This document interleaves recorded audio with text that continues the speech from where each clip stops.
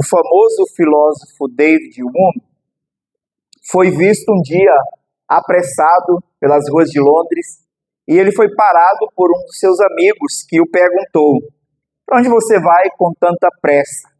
E ele respondeu: "Eu preciso ouvir o sermão de George Whitefield."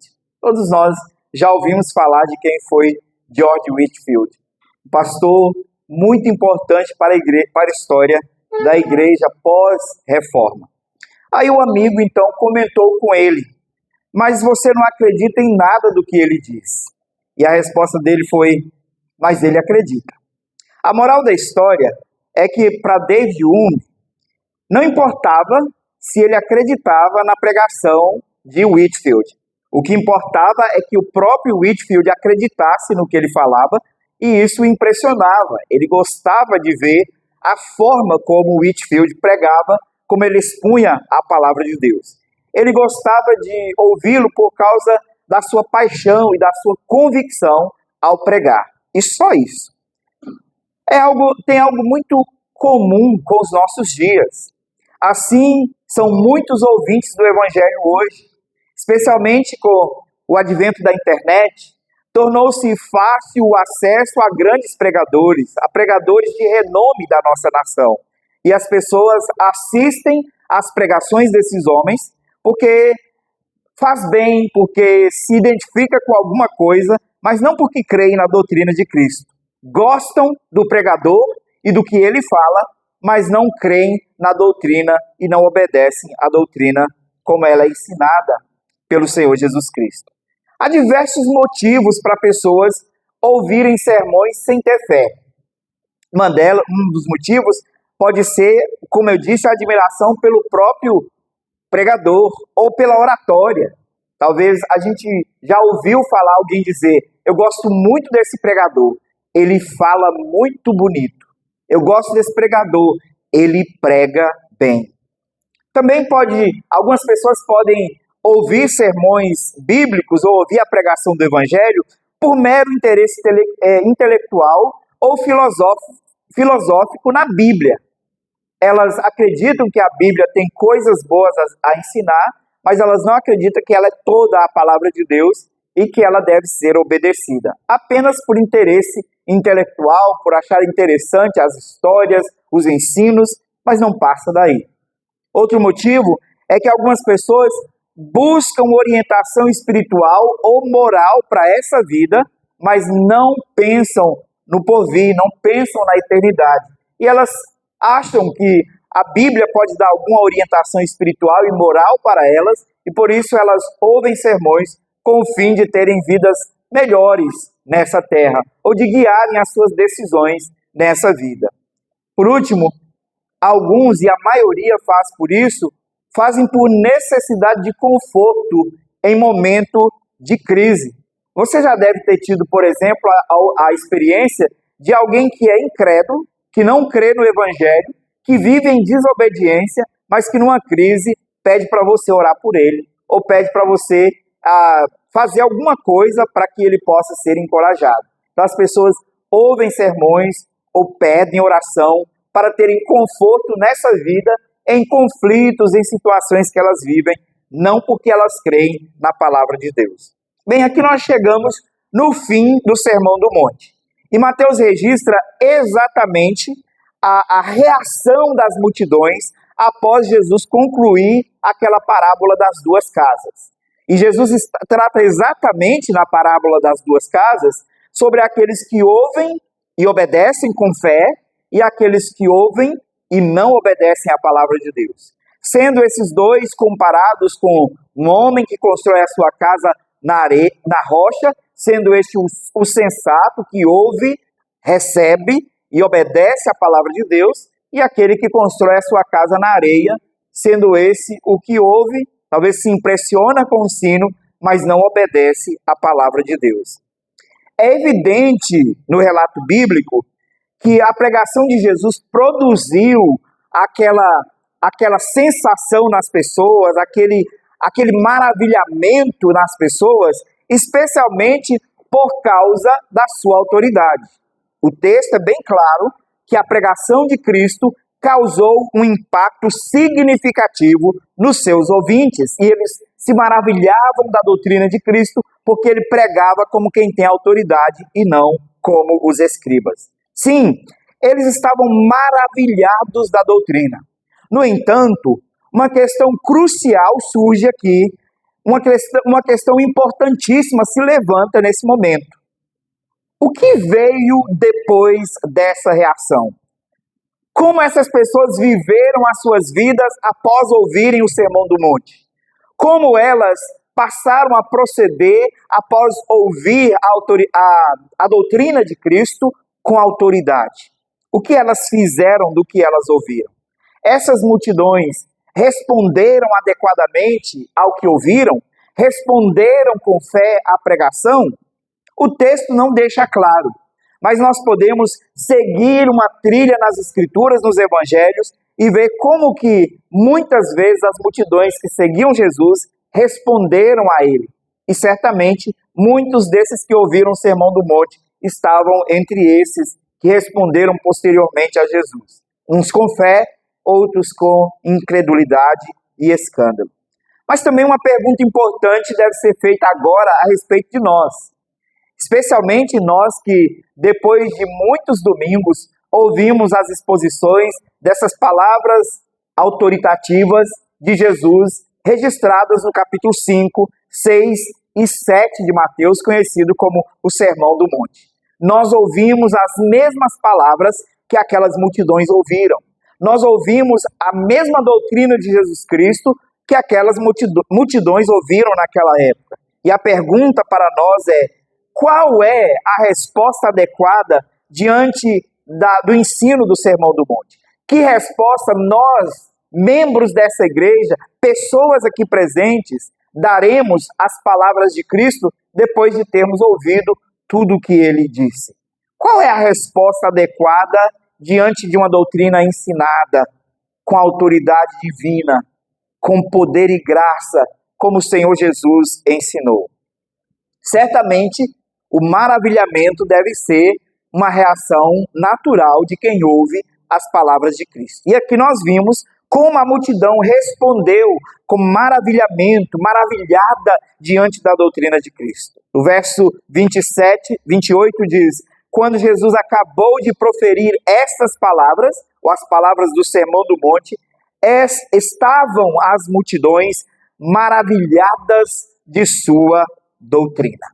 Eis um bom começo, maravilhar-se diante da doutrina santa e verdadeira do nosso Senhor Jesus Cristo. Maravilhar-se pelo ensino do nosso Senhor é um bom começo. E como eu disse, o texto não nos diz que essas multidões que se maravilhavam, se elas responderam com fé. Mas é um fato aqui que elas se maravilharam da doutrina. O texto não diz que elas se maravilharam dos milagres, como aconteceu em João, no capítulo 5 e 6, diante da multiplicação dos pães e peixes. O texto diz que eles se maravilharam da doutrina de Cristo. O impacto foi causado pela palavra ensinada e não por sinais externos executados por Jesus, porque naquele período, naquele momento, Jesus apenas os ensinou e não realizou nenhum milagre. No entanto, maravilhamento não equivale à fé salvadora.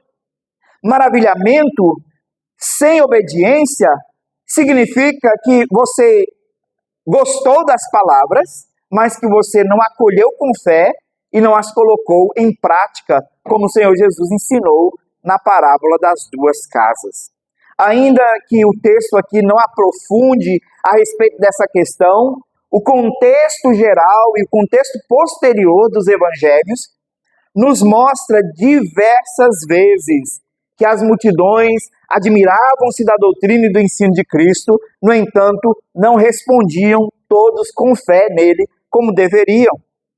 No Evangelho de João, no capítulo 6, como já foi mencionado, do verso 60 ao 66, nós vimos, logo após a realização do milagre dos pães e dos peixes, as multidões vindo procurar o Senhor Jesus para receber mais comida. E Jesus então prega a eles dizendo que eles deveriam buscar ou trabalhar não pelo pão que perece, mas pelo pão que dura para a vida eterna. No capítulo 6, então, Jesus começa a pregar aquele que é chamado de duro discurso de ouvir, quando ele começou a dizer: se vocês não comerem a minha carne e não beberem o meu sangue, vocês não terão parte comigo. O que Jesus estava dizendo é: se vocês não tiverem fé verdadeira em mim, vocês jamais terão parte comigo. O que Jesus está dizendo é que não adianta segui-lo, ou admirar-se de sua doutrina, ou impressionar-se por seus milagres, sem, contudo, responder com fé a ele e a sua obra. Então, o sermão do comer a carne e beber o sangue, aquele sermão chocante, que muitos discípulos, inclusive, deixaram de seguir Jesus naquele dia, mostra qual foi a reação das multidões diante do ensino de Jesus, da doutrina do mesmo Senhor que acabou de pregar o sermão do monte. Nós vemos uma resposta diferente das multidões, inclusive discípulos que já o seguiam o abandonaram naquele dia. Jesus disse: as palavras que eu vos tenho dito são espírito e são vida. Contudo, há descrentes entre vós. Essa afirmação de Jesus diz: muitos ouvem essas palavras, que são espírito e vida, no entanto, não creem nelas. Do que adianta você se impressionar com a doutrina, mas você não crer e obedecer essas palavras? Jesus continua, o texto continua, e diz o seguinte: Jesus sabia desde o princípio quais eram os que não iriam crer e quem o havia de trair.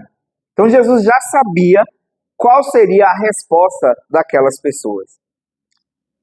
Seguindo, o texto diz: à vista disto, muitos de seus discípulos o abandonaram e já não andavam com ele. Veja que resposta estranha a um sermão tão belo, um dos sermões mais bonitos que Jesus deu, mas que eles não tinham sabedoria espiritual para compreendê-lo.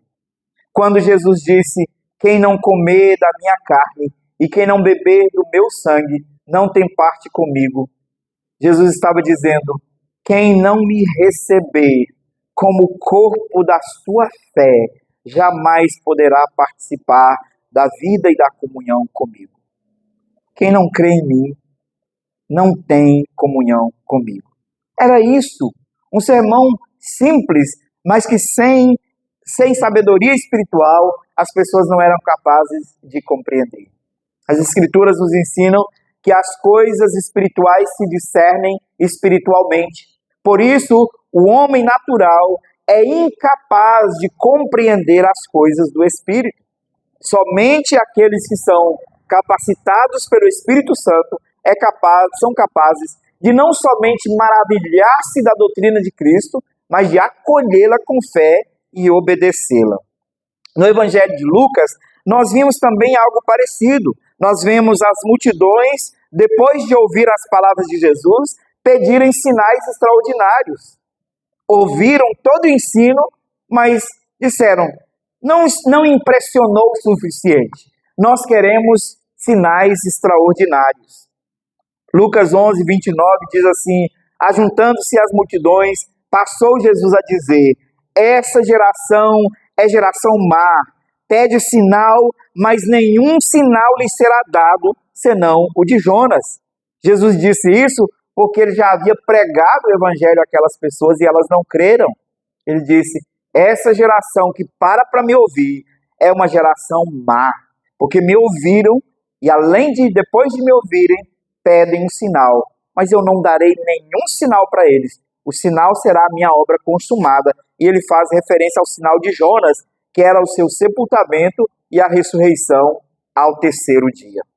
No mesmo Evangelho de Mateus, que nós acabamos de ler, Jesus conta uma das suas parábolas, uma das parábolas do reino, a parábola do semeador. E um dos versos, do verso 20 e 21, nos diz assim: O que foi semeado em solo rochoso, esse é o que ouve a palavra e a recebe logo com alegria, mas não tem raiz em si mesmo. É antes de pouca duração, em lhe chegando angústias ou a perseguição por causa da palavra, logo escandalizam. Veja que esses aqui que Jesus chama de o solo rochoso que recebeu a palavra, recebeu a boa semente do evangelho, eles recebem a palavra com entusiasmo. Eles se impressionam com a doutrina, se impressionam com a verdade e recebem com entusiasmo. Mas eles não têm profundidade. Logo, vêm as situações da vida e lhes roubam a palavra e eles se escandalizam imediatamente. João Calvino, comentando o capítulo 7, versículo 28, disse o seguinte: essas pessoas são afetadas mais pela novidade do modo de ensinar de Jesus do que pela substância da doutrina, pois admiram, mas não submetem a Cristo. Eles não estavam impressionados com a verdade dentro da doutrina, mas certamente impressionados com o modo como Jesus ensinava a doutrina. E impressionar-se com a doutrina sem obediência, certamente não tem efeito algum, não tem resultado algum. E nós aqui precisamos parar e pensar sobre como nós ouvimos um sermão do monte e como nós ouvimos as demais palavras do Senhor Jesus. A pregação do Evangelho, a pregação da palavra de Deus. Nós precisamos ter a consciência de que é possível passarmos a vida inteira ouvindo sermões fiéis, reconhecendo com clareza a verdade, a doutrina ensinada, e até tendo algum assentimento mental por essa doutrina, dizendo que ela é bonita, que ela é bela, que ela é verdadeira, admirar a exposição bíblica, admirar a forma como sermões são pregados expositivamente, e ainda assim permanecermos sem que a palavra penetre o nosso coração e transforme o nosso coração. Sem conversão, sem mudança de vida. O maravilhamento que não conduz à fé em Jesus Cristo, que não conduz à fé obediente, é espiritualmente insuficiente. Maravilhar-se diante da doutrina não tem qualquer efeito se nós não nos curvarmos diante da autoridade de Cristo. O maravilhamento diante da doutrina, sem curvar-se diante da autoridade de Cristo, não traz qualquer resultado real para as nossas vidas. É evidente que a doutrina de Cristo deve causar em nós maravilhamento, deve causar em nossas mentes esse entusiasmo por ouvir, por causa da sua beleza, por causa da beleza intelectual da doutrina de Jesus Cristo. Os textos bíblicos são maravilhosos, não são, irmãos? As palavras de Jesus, você lê, parece poesia para a alma. As palavras do apóstolo Paulo são maravilhosas. Os profetas, mesmo os textos mais duros dos profetas, são textos preciosíssimos. E a qualidade do texto, da forma como foi escrita, o texto bíblico é de uma cultura elevadíssima. Isso pode encantar a nossa mente, pode encher a nossa mente de entusiasmo, de maravilhamento. Mas é necessário que essa doutrina também aqueça o coração. Vocês se lembram quando os dois discípulos no caminho de Emaús iam ouvindo a doutrina do Senhor Jesus? E enquanto ouviam a doutrina, eles declararam mais tarde que aquela doutrina não somente chegava ao intelecto, mas também aquecia o coração. Mas tem um terceiro movimento necessário. E esse terceiro movimento necessário, executado pelo Espírito Santo, é o abrir os olhos. Não adianta entusiasmo, coração aquecido, sem que o Espírito Santo tire as vendas dos olhos para que nós possamos ver, enxergar as maravilhas do Senhor. Os discípulos no caminho de Emaús certamente iam maravilhados com a doutrina de Jesus, porque Jesus começou a expor desde Moisés, da lei de Moisés, passando pelos profetas e pelos salmos, expondo tudo sobre o Messias. E eles confessam depois que não somente compreendiam intelectualmente, mas que o coração queimava. Só que eles só compreenderam quando Jesus tomou um pão, deu graças e partiu o pão, entregando o pão para eles. Naquele momento, os seus olhos abriram. Esse terceiro movimento de abrir os olhos é a ação poderosa do Espírito Santo, que ocorre no coração de quem se maravilha da lei de Deus, do ensino da doutrina do Senhor, que ocorre no coração de alguém que teve o coração aquecido por essas verdades e que agora recebe a graça, a iluminação do Espírito Santo para poder também crer, para ver a verdade e crer e responder com obediência. O que os discípulos no caminho de Emaús fizeram imediatamente? Eles deixaram tudo e saíram correndo e voltaram para Jerusalém para contar aos discípulos o que eles acabaram de descobrir, que o Messias, que Jesus era verdadeiramente o Messias e que ele havia ressuscitado como havia prometido. Como você tem respondido à palavra de Deus? Com maravilhamento, eu sei que vocês amam a doutrina. Nós temos ouvido e visto, e alguns pregadores que aqui passaram comentaram inclusive da nossa mocidade, como os nossos jovens são interessados pela doutrina. E eles sentam para conversar, para discutir doutrina. Mas será que você está indo além do maravilhamento? Da boa doutrina reformada?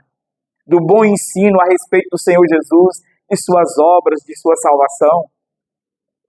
Ou será que você de fato tem recebido, além do maravilhamento pela doutrina, aquele aquecimento do coração, que prepara o coração para ir além, para responder com fé?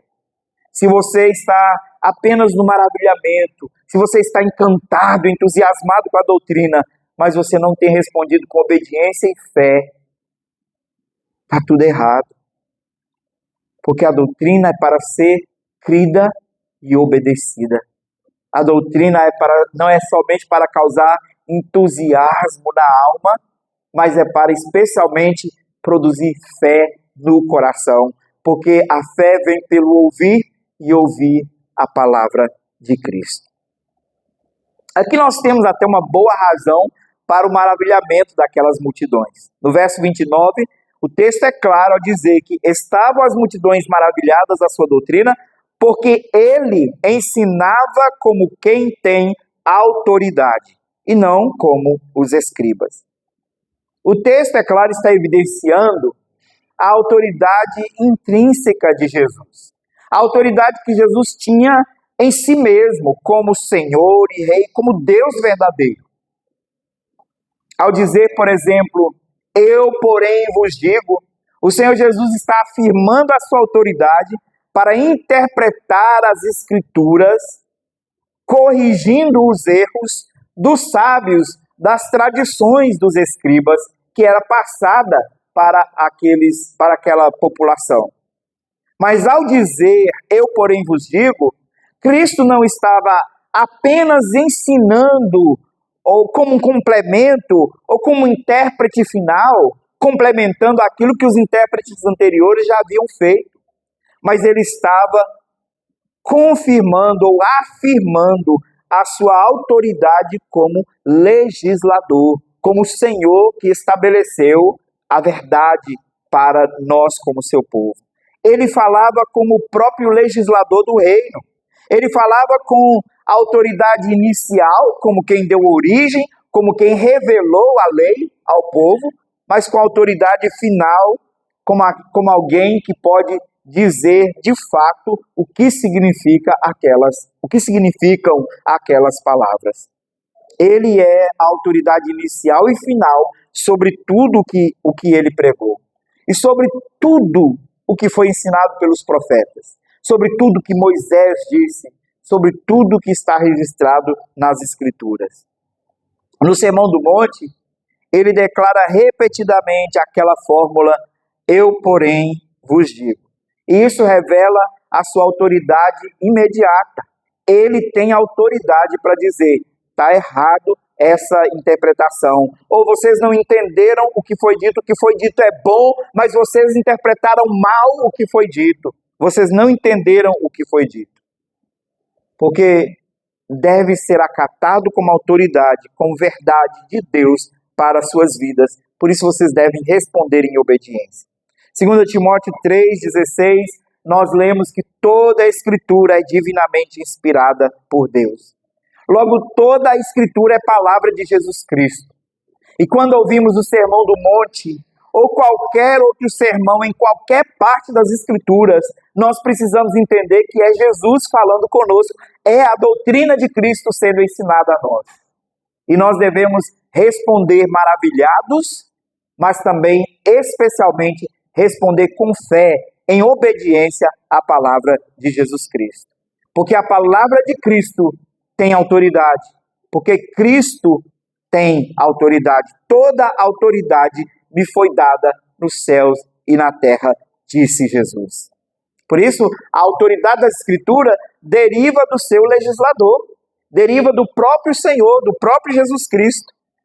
E a nossa confissão de fé, no capítulo 1, parágrafo 4, diz assim: a autoridade da Escritura, da Sagrada Escritura, pela qual deve ser crida e obedecida, não depende do testemunho de qualquer homem ou igreja, mas depende inteiramente de Deus, que é a própria verdade. O seu autor, que é a própria verdade e o seu autor. E, portanto, deve ser recebida porque é a palavra de Deus. O Senhor Jesus disse: eu sou a verdade. Logo, nós temos que receber as Escrituras como derivada dele, que é a verdade.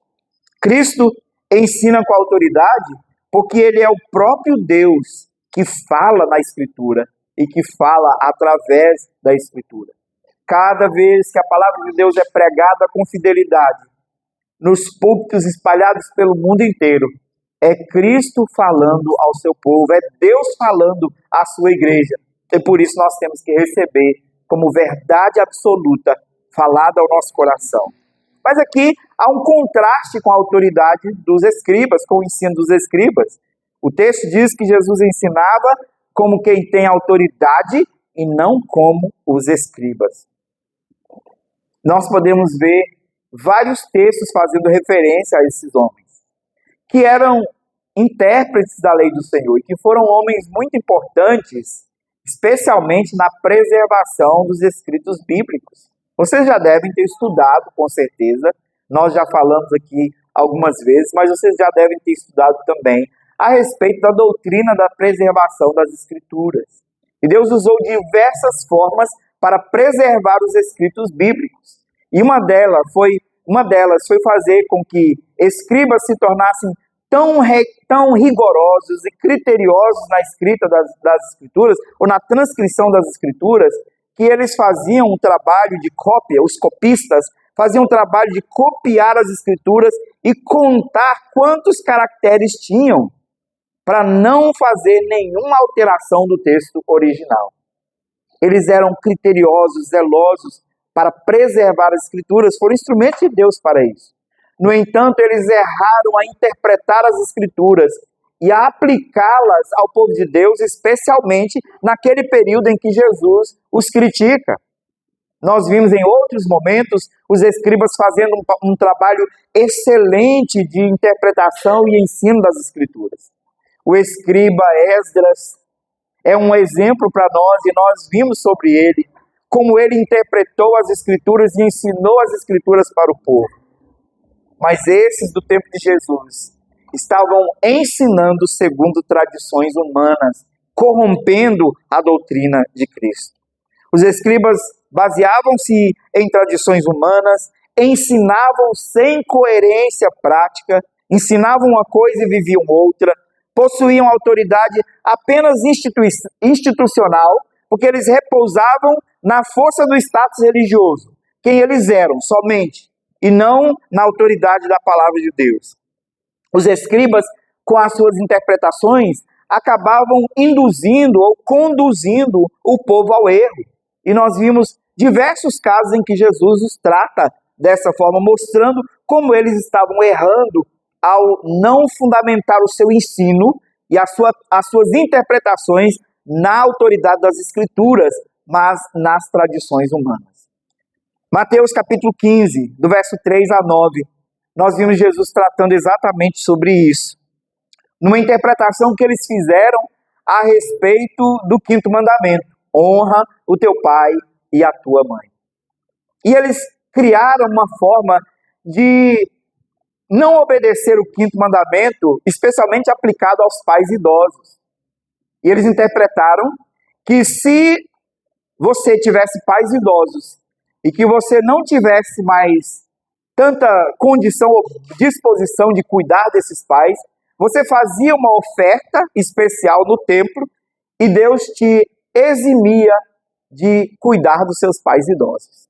E Jesus ensinou que essa era uma doutrina mentirosa, que eles estavam quebrando o mandamento, desonrando seus pais, tentando eximir da responsabilidade de cuidar dos pais idosos.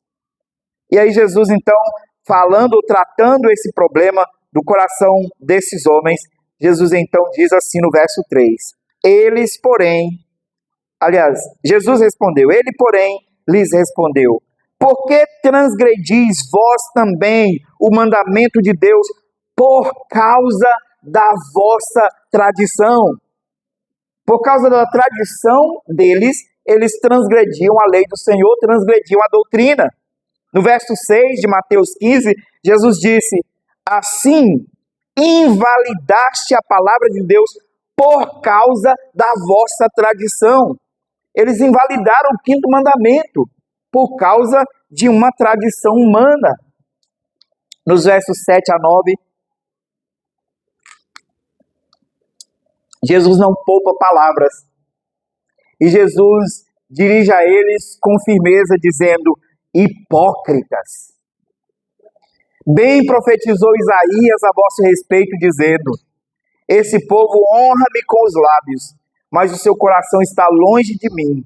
Em vão me adoram, ensinando doutrinas que são preceitos de homens. Doutrinas que são preceitos de homens. Tradição humana não tem autoridade espiritual sobre a mente e o coração do povo de Deus. Somente as palavras de Jesus têm autoridade sobre a mente e as consciências do povo de Deus. Por isso, um pregador do Evangelho, um intérprete das Escrituras, deve ser comprometido com a verdade das Escrituras e submisso à autoridade de Cristo, para ensinar com a mesma autoridade que Cristo ensinou, sem transgredir a doutrina de Cristo, sem transgredir a lei de Deus, sem ensinar tradições humanas e sem basear os ensinos em preceitos de homens, como faziam os escribas. Jesus também mostra que eles eram incoerentes na sua prática.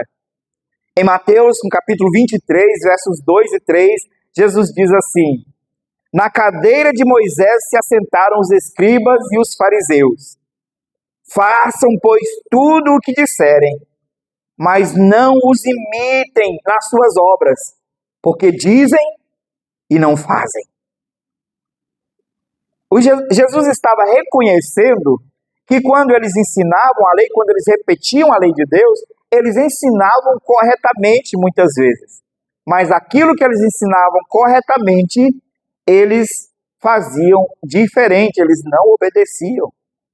Então, ou eles corrompiam a doutrina com tradições humanas, ou eles corrompiam a doutrina com uma prática incoerente com a verdade ensinada. De qualquer modo, é corrupção. Porque nós somos chamados para pregar e viver de acordo com as palavras do Senhor. Tem uma afirmação que é atribuída aos puritanos, eu de fato não consigo confirmar isso, mas que essa afirmação diz o seguinte: as suas palavras ou as suas obras, as suas ações falam tão alto que eu nem consigo ouvir sua voz. No sentido de que Se a prática é incoerente com a doutrina, então quando você prega, a sua pregação, a sua proclamação é desabonada pela sua prática incoerente com a verdade.